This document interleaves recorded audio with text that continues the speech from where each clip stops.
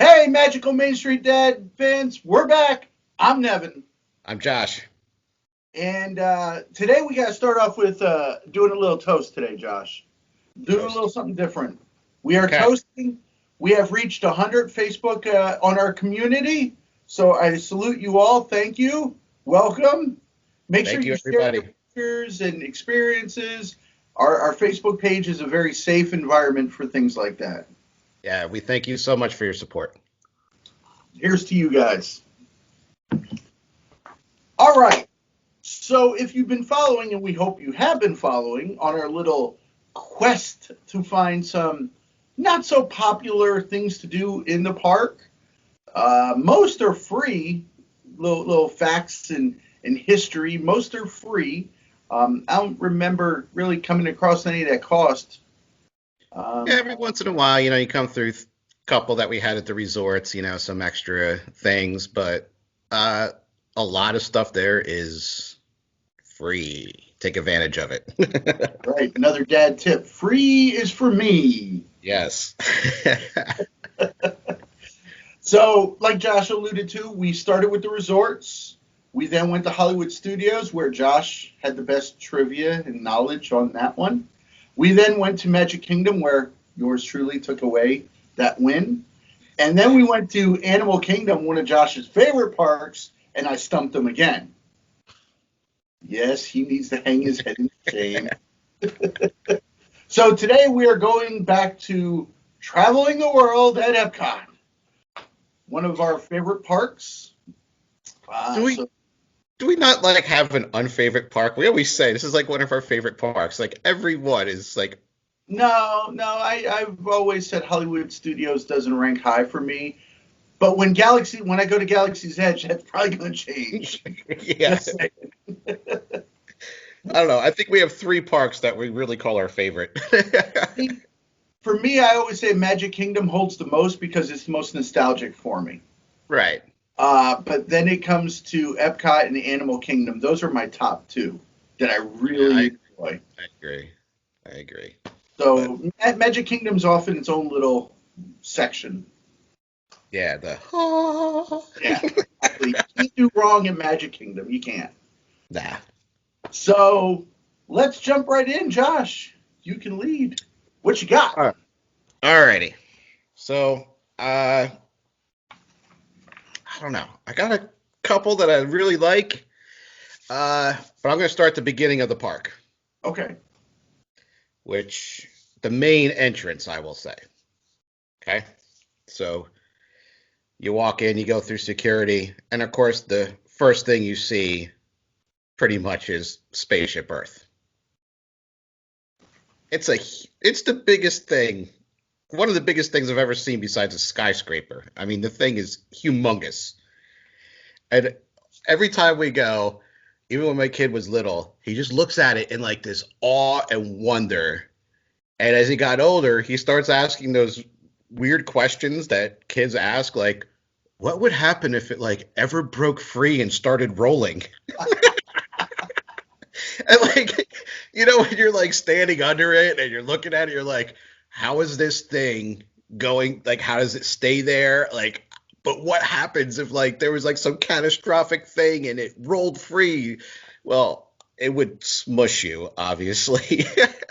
And it would probably roll, I think, pretty far, but they have put so many safety measures into it that that's not going to happen.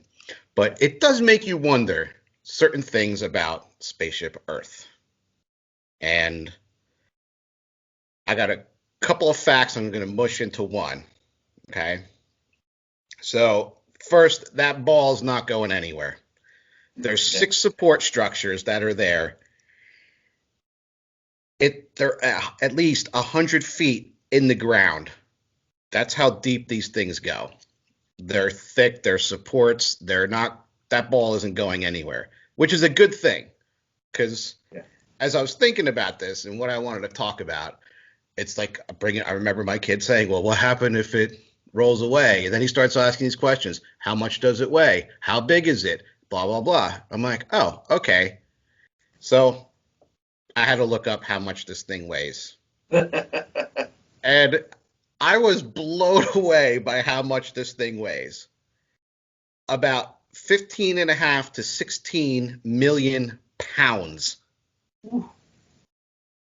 That's a lot. Yeah. Like, I don't know. You think about an elephant weighing what, almost 2 tons? Yeah. So that's like between 3 and 4,000 pounds. And that elephant is huge. A blue whale weighs a couple of tons, a ton and a half. You're like, It's wow, massive. they're massive. This huge spaceship Earth is massive. 15 and a half to 16 million pounds. It's 165 feet in diameter. That's over half a football field. So next time you look at a football game, it's going from the end zone past midfield. Okay. And then you look at the triangles. Then I really dived in here because I was like, well, what else is there to know about this? So, for all the geometry nerds out there, there's about 11,500 isosceles triangles that make up the points on the ball. So, what's isosceles? Two equal sides, Yeah. triangle, and one long side. It's too early for geometry. Well, I nerded out on this one. 3,840 points are on the ball. It encompasses inside 2.2 million cubic feet of space. Jesus.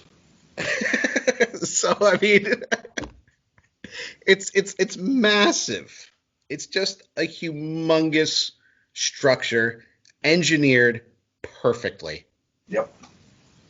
So sorry for all those kids out there that are gonna wonder what happens when it, breaks free. It's not gonna break free. And that's a good thing because Yeah. it weighs a lot. So I never knew any of that. I just knew it was big. Yeah. That's all I knew. Yeah. I do know this. For how big it is, if you go back to the original, excuse me, the original commercials when Epcot was launching, they had a Mickey Mouse character at the top waving as it zoomed out. Could you imagine being that character on top of this thing? I, I have trouble climbing the ladder to clean my gutters sometimes. So, no, no, Or no, no, no, no. another good fact about Spaceship Earth is when it's raining, go underneath it. You will be dry. It Yep. is geometrically configured that the water will run off into side gutters that are near the supports. So it will be dry under Spaceship Earth when it rains. They thought of everything with that, Yeah. man. Sorry, I had to piggyback one. That's not one of mine. I just know that one. Yeah, and I was just gonna say that, so you stole it. Yes. Yes. Keeping it family friendly right now. So that's all I got for Spaceship Earth. I think Okay. it's side note. I think it's a great ride. I love it. I love at the end doing all the fun things and stuff. Sending your postcards and everything and emails and everything. I think it's a great ride, classic ride. It's a classic ride, and again, it slips in education. Mm-hmm. So it's not just a ride. There's education in there. And slips in animatronics from other Other other rides. Yeah. other attractions. Hall of the Presidents. I think is it Andrew Jackson? I forget, or Hamilton. I thought it was James Adams. Adams, one of them, One of them riding with early the quill. presidents. And Yeah, it's the the same president. one. They stole from other things, so Yeah. Just great way to reuse characters and exactly change recycle, clothes. Yeah.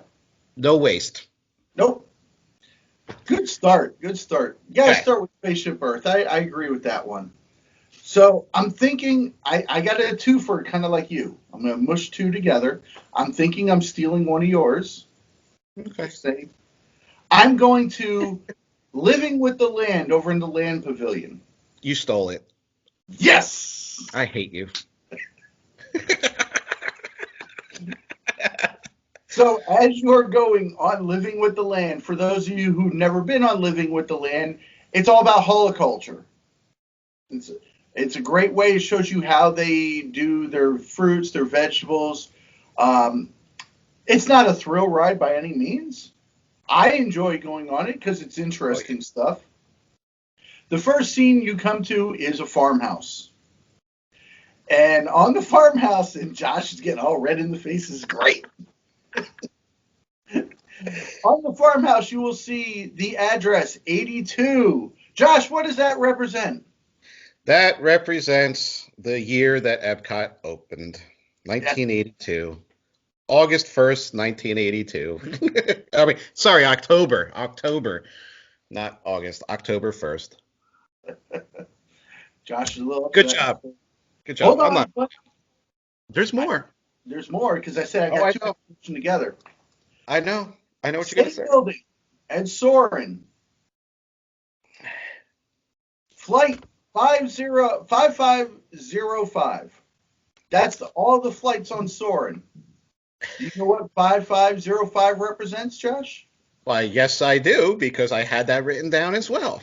So that was the opening date of Soren, May 5th, 2005. See, we're sharing these, I We are guess. sharing because I know you love the dates. That's why I attacked that one first. Sharing is caring. Yes, sir. Okay. All right, go for it. I'm gonna add on to the farmhouse Okay. while we're there. And there is a bedroom on the second floor that is supposed to represent Walt Disney's childhood bedroom. And the light is always on, just like the light is always on in his apartment that they Yep. have on Main Street. So uh, that's my piggyback there. And to also piggyback on living with the land, I'll put these two together and count this as one of my cool things. Is it holds, as far as I know, the Guinness Book of World's Record for a tomato plant in Living with the Land that in 1 year produced 1,151.84 pounds of tomatoes from one plant. That's amazing. I was like, whoa. And that's the whole thing with living with the land is sustainability, reusing, new ways of thinking. To get that much from one plant, I mean, heck, That's amazing. I get 20 tomatoes from a plant, I guess, in my garden. But imagine 1,100 pounds. That's half a And ton. if you think about it, living with the land is actually a throwback to what Walt wanted the original design for Epcot to be. Epcot was supposed to be its own city, self-sustaining. And living with the land, the vegetables, the fruits they grow there goes to all the different areas of all the parks. They supply a lot of their own fruits and vegetables. Yeah. The Garden Grill gets their food from there, and the fish that you'll see there is used at the Coral Grill, so the Coral Reef restaurant. So it a lot of sustainability, which Yep. is what you think of like a utopian commune type society, and I guess that's kind of like what he kind of was envisioning, where people actually got along and helped each other out and sustain themselves with renewable sources, and that's awesome. Yep. All right, dude. All right. I am going to go now. I'm going to stay in that section because Okay. there's a cool side attraction that's great for photo ops that a lot of people don't know about. It's very popular during the flower and garden season, though. But the rest of the year, you can walk in. There's never a wait or nothing. It is the butterfly garden. In this little greenhouse type environment, they have thousands of butterflies flying free. You can hold your hands out, they'll land on them, you can feed them and things like that. Great photo ops. No magic maker, nothing like that. Your cell phones. Great photo ops with the kids. It's free to go in there. Doesn't cost anything. You just stand there. The butterflies will just come to you. It's amazing. So I highly recommend it. Great photo opportunities and memories for futures to come. The Butterfly Garden. I like that. Where is that? Because I have like a memory of that. Okay, when you Like, come, I'm going to go in Spaceship Earth. You just pass it. If you bank to the right, you're not going to get to Canada or nothing. It's over by the Coral all right. Reef, the Yeah, land. yeah. All right. Yep. Okay. I think I did that one year. Yeah, great photo op. Great thing to do. Spend some time. I mean, what kid does not like the cool colors of butterflies? We're adults. I love them. Yeah, I mean, some of them were amazing. There was some black and reds, some black and blues. It was amazing. And like I said, you just hold your hands out like this. They'll land. They'll sit there. Just take pictures with your cell phone. Make those memories. And these are free, and those are priceless. Just Yeah. saying. Yeah. You're not going to get an opportunity to do that often, No. if at all. Yeah. Very good. Very good. Well, Flower and Garden Festival is going on right now Yep. through, I think, like July. Yeah. I It saw goes July pretty. 5th. Yeah, it goes pretty Yeah. late. Normally it's not that late. I've been there in June and it's not there. I Yeah. think I've seen some leftover topiaries there, but the actual festival isn't going on there. I But think with the pandemic, they're expanding it just to give more back. yeah, and I think that's great. I think that's great. But there are things you can do besides just looking at the awesome flowers. Is they have, I think they took it away for a little bit, from what I understand. But there's an egg extravaganza egg hunt that you can do. Extravaganza. So they are larger eggs. I think Yeah. they're, yay big, but they're decorated. Like there's one with like Mickey Mouse on it, one with like Minnie. You might have dots and things like that, characters, themes, and you can go around and just find them. And you look at them. It's kind of like a cool free thing that you can do. Um, mark them off as you see them. And there's also a garden passport that you can get that I think that costs you money. I forget if it was that or the extravaganza. It's only like 5 or 6 Yeah, bucks. it's $5, and it was because we did it when we went with the grandkids. It's kind of like the passport around the world Right. for all the different floral stations and stuff like that. They get a sticker and a little stamp. Yeah, and you fill out, it's got a map of where everything is, which is really cool. Yep. So you go and find things and you can mark it off. It's kind of cool. It's a couple bucks, but you have a map of everything, where Yeah. everything is. I was there for one of them and one or two of them, and I just went willy nilly and just walked around and looked at stuff. I mean, it's beautiful. It's awesome. But I want to say like the egg hunt, you can mark that off too, or something, and you get something. I'm not sure. I'll have to look that up.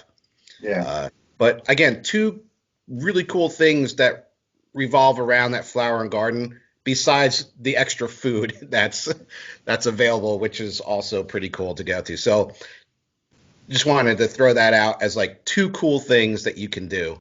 And really, you can do it anyway and not cost you any money, or you can Right. pay and maybe get a little reward at the end.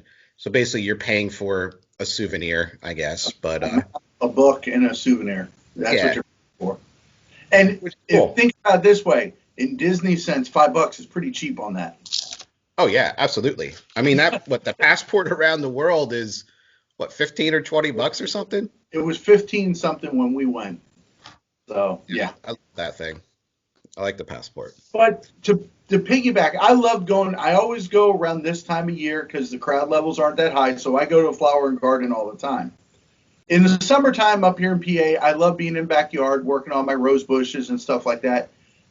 Just like the Food and Wine Festival, Flower and Garden, all the utilitarians has people from the horticulture department there will give you tips on how to make your garden look good.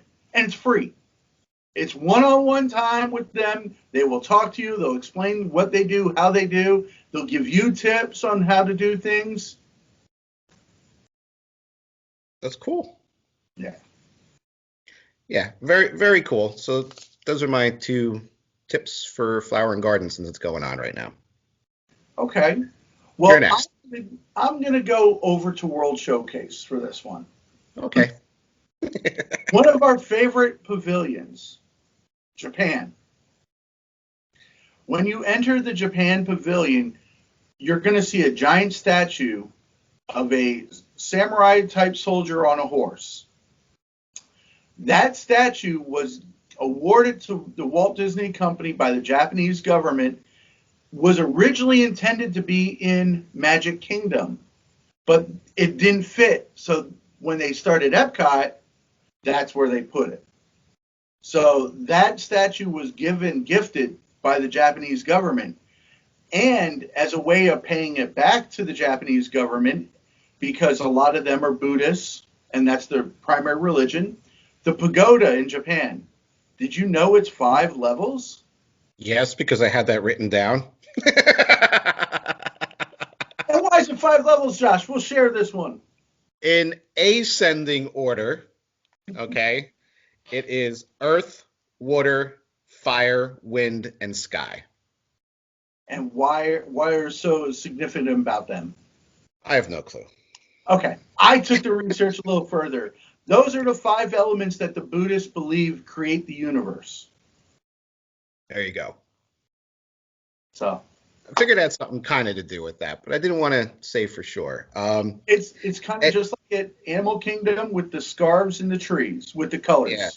Yeah, I was just gonna say, and I think that's really cool, which is why I had that written down as well. Is like you see in the different parks how they really are in tune for that area that they developed. So in Asia, in Animal Kingdom, you have the scarves, you have, other things that are spiritual to that culture.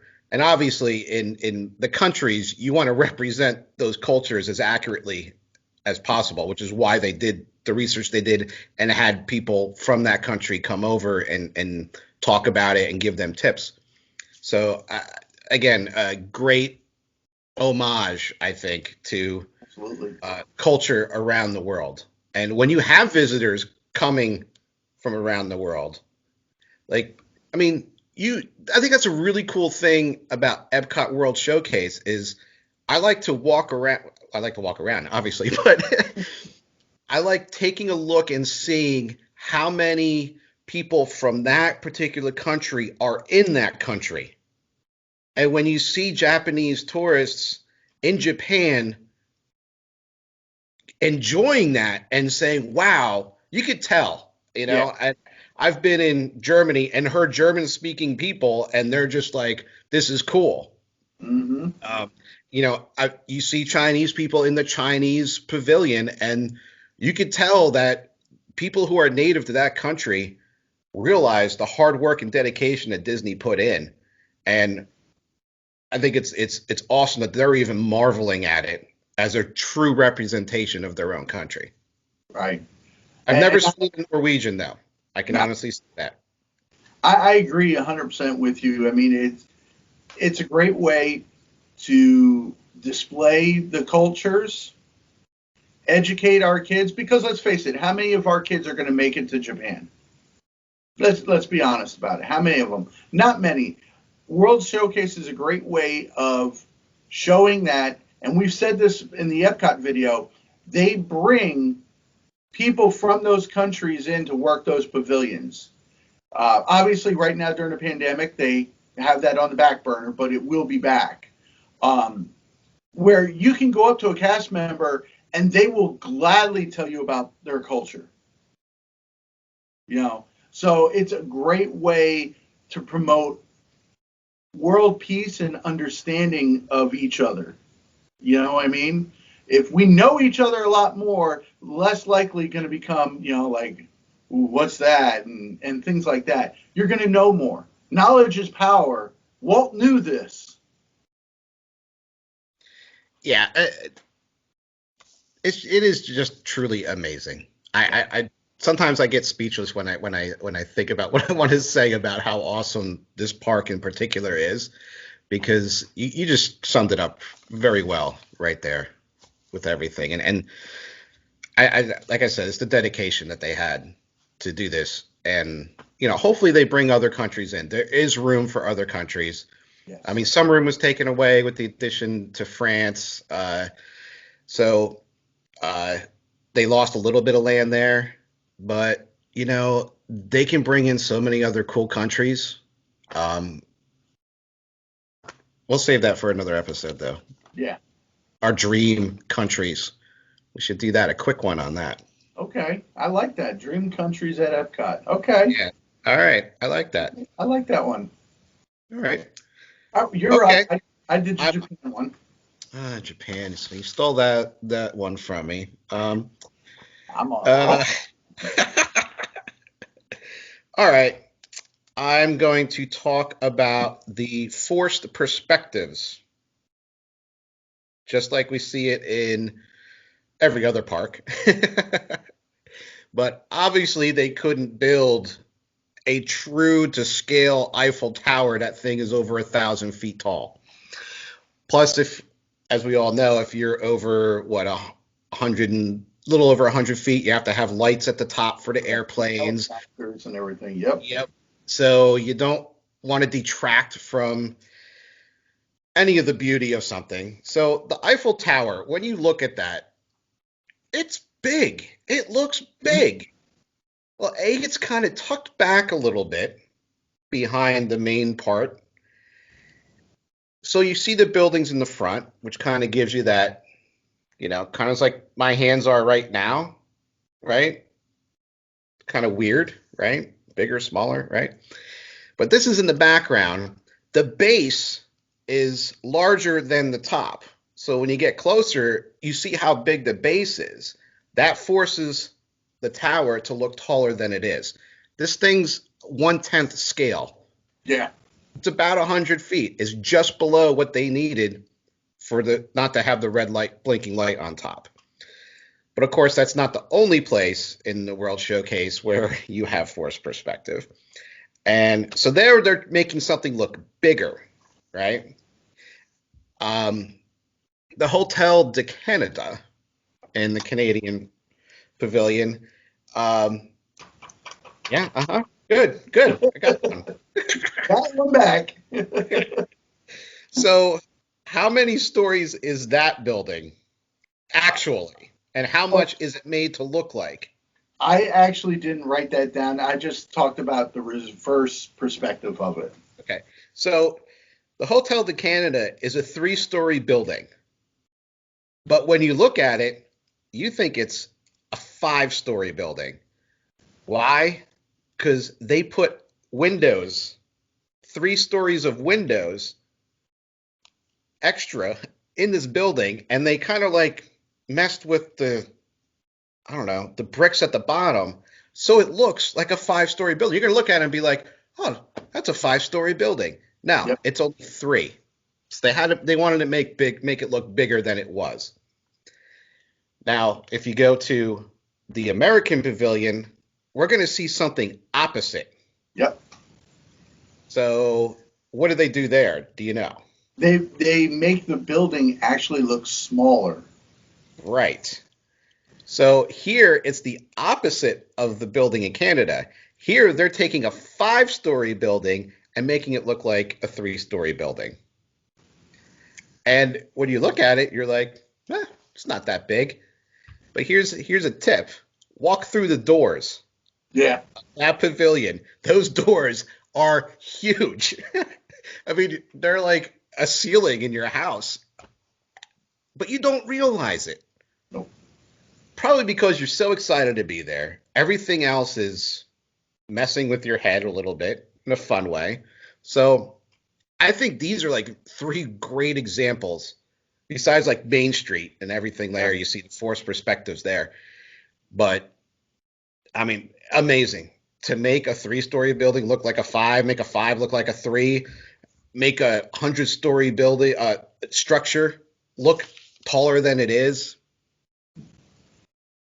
Engineering at its finest. Absolutely. But if you think about it, they took the basic carnival ride concept of a funhouse.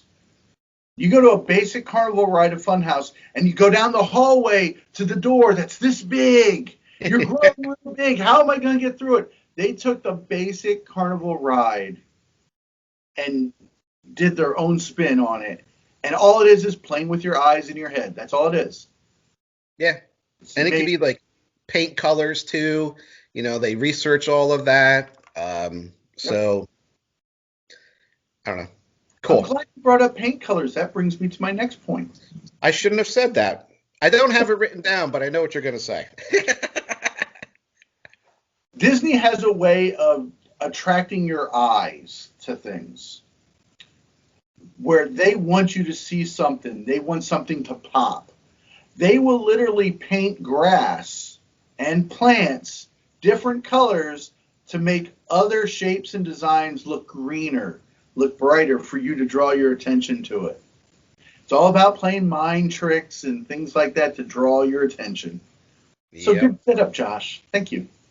They also what was it? They painted the sidewalk Yes. red to bring out the greens as well. So Yep. it's a contrast, a whole contrast thing. They do it on Main Street too with the colors and Yep. They're so smart. It just shows you the level of science that they put into their designs of parks. It's All not the tricks fool us. yeah. It's not just here's the ride. That's it. We've said this before. I can go to any amusement park. Disney parks are theme parks. It's a whole experience. They got your senses, all five senses. They have everything encompassed. It's almost like taking a virtual reality game versus an old 8-bit console. For all you nerds out there. That's awesome. Okay. I like that. Yeah. So my turn or your turn? Your turn. My turn? Your turn. I'm going to go to Mexico. Hey. Mexico, I've never really spent too much time in there. You know, you ride the ride, the Three Caballeros, and I've never eaten there. It's just not something that I want to, you know, go to. I can, you know, get some somewhat authentic, you know, Mexican style food where we're at. But I do like the shopping area in the inside the temple. Inside the temple. I got you. Yeah, so inside the Mexican Pavilion, which I think is done very well with that whole Aztec Mayan pyramid, and they borrowed from Aztec Mayans and another culture. So they're three kind of combined, which is really cool. So they encompass a lot of their ancient history there. But when you walk in, you see that marketplace. And yes, it's basically a huge Disney shop, but just like every other pavilion has a store that represents their country and what they have for sale in their country. I really like the marketplace in Mexico because it feels to me like I've never been to Mexico, but just watching movies, and I know movies aren't that accurate, but let's face it, it's what I got to go by. And even travel shows, I'll see markets in Mexico. It's hustling and bustling, and people are selling, you know, fruits, vegetables, knickknacks, things like that to tourists and everything. That's what this feels like. Yep. And I just think it's really cool. However, I always wondered, why is it so dang dark in there? I will tell you why. Why is that? This marketplace and Germany, the Germany pavilion does the same thing at the beer garden.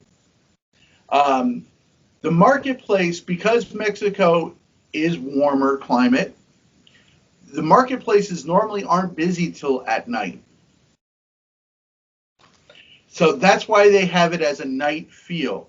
and it's during the festival of the dead, I believe, where they are celebrating past, family members that have lost and passed on. So you'll see a lot of skulls and things like that. But that's why it's at night. It's because it's more hustle and bustle. It's not hot. People are off work. That's why Yep. it's that way. Yeah, Same and with the Germany Pavilion. yeah, and in Mexico, from what I understand, after later on in the day, you might be at home. They work earlier in the morning. You might take the afternoon siesta. Uh, but it's that twilight, early hours, 7 to 9, I'm assuming, that it's social time. It's like happy hour for us. But it's when you go to the market, you see your friends, you see your family, you're going to socialize, grab a drink, grab something to eat, buy something for your kid, whatever. Um, so I really, knowing more about that, I really like that atmosphere. Yeah. And that's one of the pavilions. I don't buy much when I'm there, but I like walking around, seeing a culture that's so close to us, Right. and learning a little bit more and understanding it. Just like Canada, I love walking in that pavilion. There's two countries that border us, and Yeah. how much do we not really know about their real culture? And you get an opportunity to do that in those two countries. So that's what I really like about that whole dimmed area. Okay. And I agree. And again, it goes back to Disney respecting and honoring the traditions and lifestyles of these countries. They could have just made the marketplace and left it as is. No, they themed it. They inside, it's not just the little stands in the middle. Inside, there's houses built on the wall to make it look like you're in a village. It's darker, the air conditioning is on, you see the moon. It gives you that feel that it's nighttime in a village. Like I said, the Germany Pavilion at the beer garden does the same thing. The beer garden is the dining experience there. You're in a German village. It's in the middle of, beer Oktoberfest. So everybody's there. It's nighttime. They're celebrating. Again, it goes to Disney doing their homework, Hmm. respecting and honoring the traditions of those countries. Absolutely. Absolutely. All right, dude. What you got?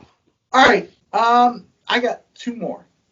Okay. And my last one is the big one. So Well, you're up for I already lost. it. Not yet. We shared. Not yet. We shared. So the first one, I'm going to go to a little known place called the African Outlet. It's by Mexico. I, I had it in my head. I didn't really write it down. Okay. I kind of did, but Okay. go ahead. This is actually going to tie into the pull, don't pull the rope. Yeah.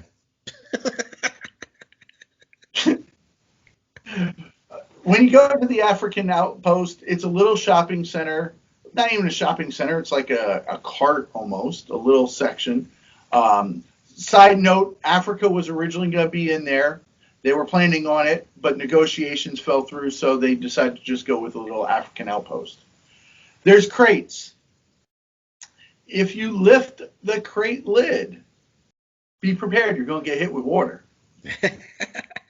See, every park has Yeah. it. Italy, actually, I did not know this. Italy has it as well. Around the main water fountain, there's red buttons. If you press it, you'll make water shoot up in different areas. I did not know that. I didn't know that one either. But yeah, it goes back to the Hollywood studios. Pull, don't pull the rope. Yep. I like that African outpost. Yeah. I think I went over that when we did EPCOT, the main overview. Um, there's drums there. The kids can play drums.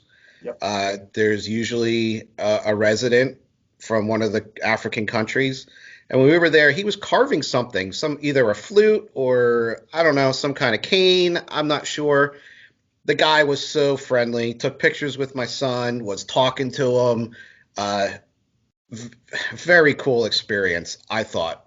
Yeah. And Even when I talked to him, where are you from? I can't remember where he was from, but very open about everything. And I think it's something that people kind of walk by, or they just let their kids run over, smash the drums, and they leave. But take that opportunity to A, open up the crate and get some relief from the water Yep. when it's hot out, and B, talk to the people that are running that booth and everything, that outpost, and it's a really cool experience in and of itself.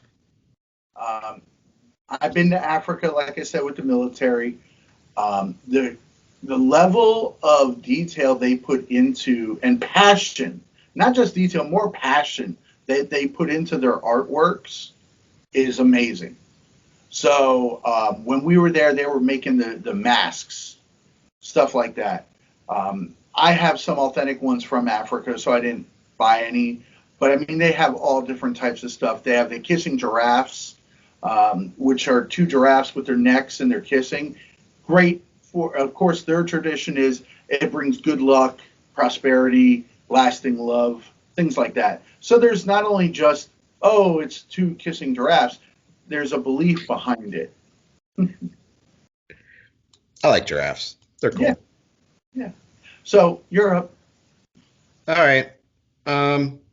Is this the last one? no, you get, yeah, this is the last one for you, so make it good Yeah, because I'm going to gear you up for the knockout punch. great. I don't know. My big one was the spaceship Earth with all the numbers. So, because I had no clue about that, I was Yeah. astonished. That is a big one. And Uh, Literally a big one. So, I got to go to England. okay. I have two things for England. I'm going to go with the bridge from England to France, which we all walk over because we have to. Yeah. And I don't know. I'm a Canada to Mexico guy. I don't start at Mexico. I always start at Canada. Same here. I start in Canada too. I don't know why, but I think it's just the right thing to do. I don't know. I don't know. It just See, for me, with the tequila bar now going to be there, I have to finish with Mexico. If not, I'll never get through. well, the one year I did like 2 days at Epcot, and we did one side on Canada, and I think the second time we went, we had like test track fast pass, and I was like, oh well, I guess we'll start over on this side. It just felt weird. Hmm. Maybe because I was so, and we always talk about taking the blinders off, but some things like that, you just got to stick to tradition. I'm sorry, and it's Canada and Mexico for me. So you're going to cross over a bridge from England to France, and nobody thinks twice about it. But there is a body of water between England and France called the English Channel. That's what this body of water is said to represent. And it's a pretty decent bridge. It's not a short bridge by any means. I think it's a wonderful opportunity for photo ops, first off. Yeah. You stand on the bridge. The cool thing about it is when you look down at the water, and this is my cool little trivia secret tip for pictures even. When you're look at the English side, you have English looking props. You have English style, I'll say. When you look on the French side, there's the easel looking out towards, I think, the Eiffel Tower. There's the bicycle leading up. It just screams France. The England side screams England. So take a picture looking at one side towards England, get a picture looking towards France, get a picture in the middle. You're in between the two countries. You're crossing the English Channel. I think it's really cool. I don't think a lot of people are really, I didn't the first couple times, looking at the props that are along the river's edge there. Or I'll say river's edge, the body of water, the channel's edge, and it's representative of that country. So That's good. I like that because it goes back to paying attention to the details. yeah. And that brings me to my last one. I am going to go to our favorite pavilion, which we haven't talked about yet today. I had one written down there for Okay. this. I'm going to Morocco. That's Josh and I's favorite pavilion. Now, as I said in the first episode, which we talked about EPCOT, the King of Morocco was so thrilled that Walt and the Disney company wanted Morocco in there. He sent his personal architect to design everything to make sure it was as accurate as possible. Here's something I did not know what this architect did. He brought a team with him. Now we all know when you go into the restaurant and the little marketplace, it's all lavish tiles and everything. Those tiles were handmade by him and his team. Yep.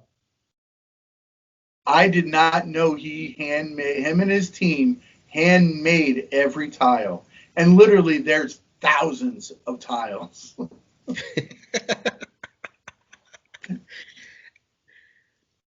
And each tile and each tile is imperfect. It's Yes. not a perfect tile due to uh, their Muslim faith, Yep. to show that men are not perfect, Men are not perfect. Yes. and that they believe in Allah, that Allah is the one that is perfect. Man is not perfect.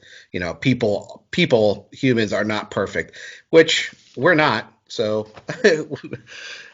whatever religion you are, we're not perfect. But yeah, that is crazy, dude. Yeah. That pavilion, the reason why I think I love it so much is the fact that king sent over these artisans, sent over these engineers, and for what I read, he did it on his dime. Yeah. Disney did not pay a thing. He did it on his own. And to this day, we'll send artisans over to look at it, make sure everything's okay, fix things that are not, up to par. Uh, uh, Speaks volumes for Yeah. Morocco, the government there, the king, everything there, to still, even after all this time, what that was built in 1984. Yeah. I believe Morocco came in 83, 84, somewhere in there. I think that was 84, and because there were two countries that were not original. Nope. So Morocco and Norway. Mm-hmm. Norway was like 4 years later in 88. But yeah, Morocco, dude, beautiful. The tile, I love taking pictures of the tile. I Yes. take it from different angles. Try to trip my mind out, and it's even like a place, if you catch it at the right time of day, maybe when people are eating, you go into more like the temple looking areas, and there's this one, I don't know if it's a temple or not, but it's like beautiful yellow, blue, I think red, orange tiles, and they're all mosaic inlaid. You can actually stand in there and almost have like a private moment, Yeah. and you could just look at this and wonder that somebody made this. Like you said, handmade these things. Come on, it's Yeah. beautiful. I don't care who you are. It's beautiful work. Oh God, yeah, it's amazing. I highly recommend. I recommend going into each of the pavilions, learning of each of the countries. But Morocco is one because of all the details. Spend some extra time there. Just the level of expertise and dedication and love and passion put into that pavilion is, to me, it blows all the other pavilions away. Um, that's just my opinion. But a good photo op is in the back of the temple area, the water fountain on the side of the wall. When the sun is setting, all right, it'll hit those tiles and the colors will just pop. Mm. It's amazing. Yeah, it's just a beautiful place. The archway that's there is pretty much a near exact replica of the Fez archway in the city of Fez. And again, like the king sent the people over to make sure they got it right. Exactly. And I think they did, obviously. They're from that country. Why wouldn't they get it right? Not to say Disney Imagineers would not do do good and do it justice, but that just goes to, how much the king wanted to show you his culture and open up his arms and saying, hey, this is what we do. If you like it here, come visit us. I would love to go there, actually. So would I. I flew over it, never went there, though. I watched a TV show about it. The Mummy doesn't count.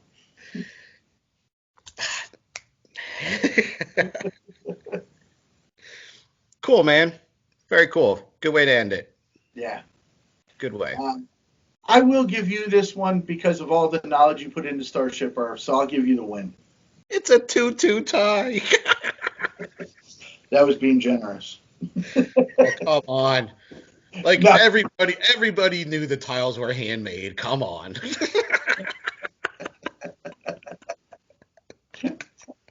But that's it, guys.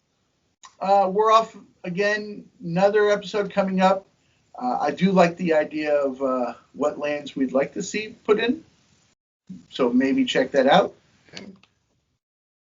But definitely check us out on Twitter at Magic Main ST Dads, Instagram, Facebook, Magical Main Street Dads, right here on YouTube, Magical Main Street Dads. Like, ring the bell, hit the notifications. So with that, we're off. I'm going to say goodbye. See ya. Have a good one, guys. Be safe. All right.